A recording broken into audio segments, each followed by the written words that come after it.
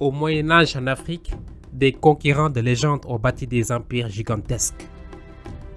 Des royaumes de l'Afrique subsaharienne ont su émerger et donner naissance à de vastes empires qui auront marqué à jamais l'histoire du continent. De grands empereurs ont pu rassembler et diriger plusieurs peuples avec lesquels ils ont partagé les mêmes valeurs politiques, économiques, sociales et culturelles. Mais ça, c'est inconnu de la plupart des gens pour qui l'Afrique c'est surtout famine, guerre, esclavage, colonisation. Le 20 août 1190, naît l'une des figures les plus influentes de sa génération. Par ses exploits acharnés et sa détermination, peu d'hommes ont su faire preuve d'un leadership aussi inspirant. C'est l'un des plus grands bâtisseurs que l'Afrique noire ait connu. Dans cette vidéo, je vous propose de découvrir l'histoire étrange et fascinante de l'homme qui fut surnommé l'homme lion, l'homme buffle, l'homme sans qui l'empire du Mali n'aurait jamais pu exister, Soundiata Keita. Comment est-ce qu'un garçon de 7 ans, désespoir de toute une famille, va être celui qui va sauver ce royaume pour en faire l'un des empires les plus puissants? Nous allons parler aujourd'hui de Soundiata Keita et j'espère que vous êtes bien accrochés. Et c'est parti, bon visionnage.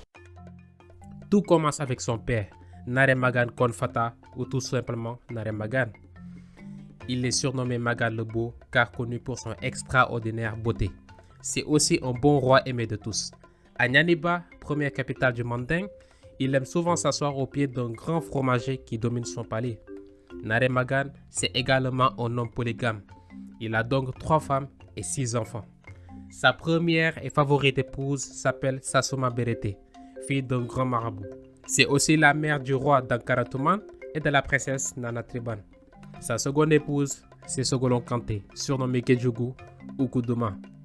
C'est elle la mère de Soundiata et de 2 autres princesses, Sogolo Kolokan et Sogolo Djamaru. Sa troisième et dernière épouse est Namadje, avec laquelle il a eu un fils, Mandeng Gori ou Mandeng Bakari. Ce dernier sera le plus apprécié par Soundiata. Un beau jour, un chasseur ayant terminé sa chasse au pays du Mandé se présente devant le roi pour lui apporter sa part de gibier comme l'impose la tradition. Nare Magan, approchant de la vieillesse et soucieux de sa succession, demande au défunt chasseur de l'éclairer à ce sujet. Ce dernier consulte ses courriers et l'informe que son héritier n'est pas encore né. Il lui confie que dans un futur proche, 2 chasseurs lui amèneront une femme qu'il devra épouser pour lui donner un fils qui va assurer sa succession. Et puis le chasseur s'en va. Mais le roi Nare Magan et son griot de l'époque Nyankomandoa n'oublieront jamais de telles prophéties. Mais à côté du royaume, il y a un village appelé Do. Aux abords de ce village, un buffle extraordinaire terrorise tout le monde. Il tue tous les chasseurs qui osent s'aventurer dans la campagne du village de Do.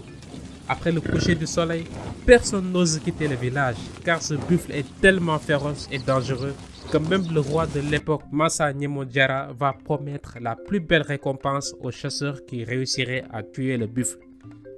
Un jour, 2 jeunes chasseurs du Mandé, au nom de Oulamba Traoré et Oulani Traoré, décident de tenter leur chance et c'est ainsi qu'ils entrent dans le village de Do.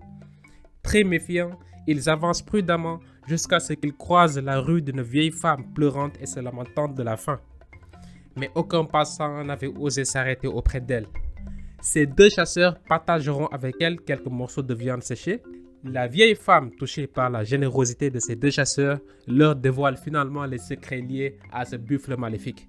En fait, c'est elle qui se transforme en buffle pour se venger de son frère, qui n'est autre que Mansa Nyemodjara, le même roi qui avait fait la promesse aux 2 chasseurs, car ce dernier ne veut pas partager son héritage avec elle. Elle va aussi avouer aux chasseurs le secret ultime pour l'anéantir. C'est ainsi que les 2 chasseurs réussiront à vaincre le buffle. C'est tout bon, ils peuvent être récompensés. Mais avant de les laisser partir, la vieille femme buffle leur avait fait promettre de choisir comme future récompense la femme la plus laide et la plus insignifiante de tout le village. Car c'est cette même jeune femme qui sera la mère d'un des guerriers des plus puissants de l'histoire du royaume. Alors, le roi Mansa Nyemodjara réunit toutes les belles filles du village. Le choix est compliqué, mais Oulamba, l'aîné des 2 frères chasseurs, se souvient de la promesse qu'il avait faite à la vieille femme.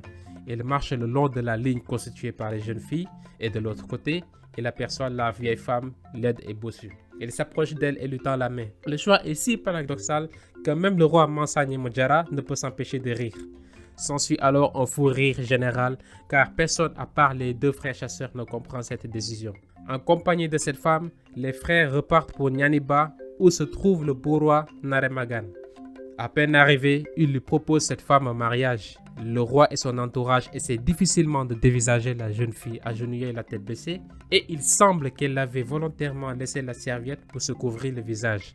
Cependant, elle ne pouvait cacher la bosse qui défigurait ses épaules et son dos. Elle était si laide que même le beau roi Naremagan détournait ses yeux.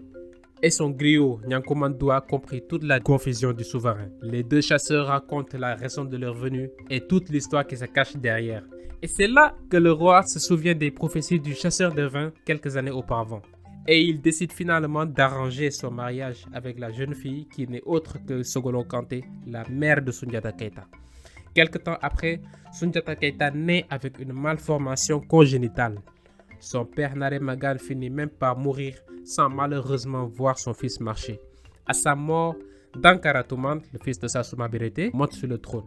Et c'est le début d'une période d'injustice et d'oppression insupportable pour Soundiata Keita et pour sa mère.